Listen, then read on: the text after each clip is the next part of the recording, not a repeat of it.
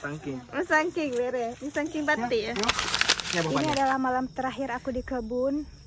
Aku mau masak mie lagi sama bocah dan beberapa iparku yang baru datang dari Indrapuri. Mereka kayaknya masih di rumah deh, soalnya aku lihat dari sini belum muncul tuh tanda-tanda pencahayaan dari kebun. Malam-malam pakai payung. Tadi kan aku udah bilang malam terakhir kita di kebun masak-masak mie dan tiba-tiba hujan dan harus balik lagi untuk ngambil payung dan menjemput si dua bocil ini. Halo. Abang. Kita mau masak mie. Ayo. Ya, masak mie. Caranya ya, dalam lampu. Oke, dapat durian. Dapat banyak. Bocah. Cari sahabat tualang. Sangking bere. Ini apa pannya?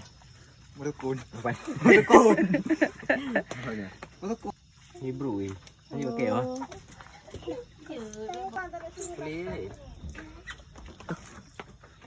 Kayak mak kayak itu nggak?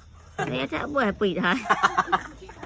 Nak orang baju bahrin ada di pakat-pakatnya. Mangat ha.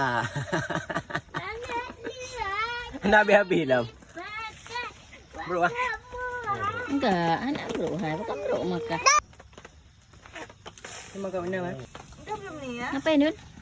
Nih kita masak mie lagi malam ini dengan bumbu yang sudah diracik dengan sempurna. Tuh. Mana minyak, Dek?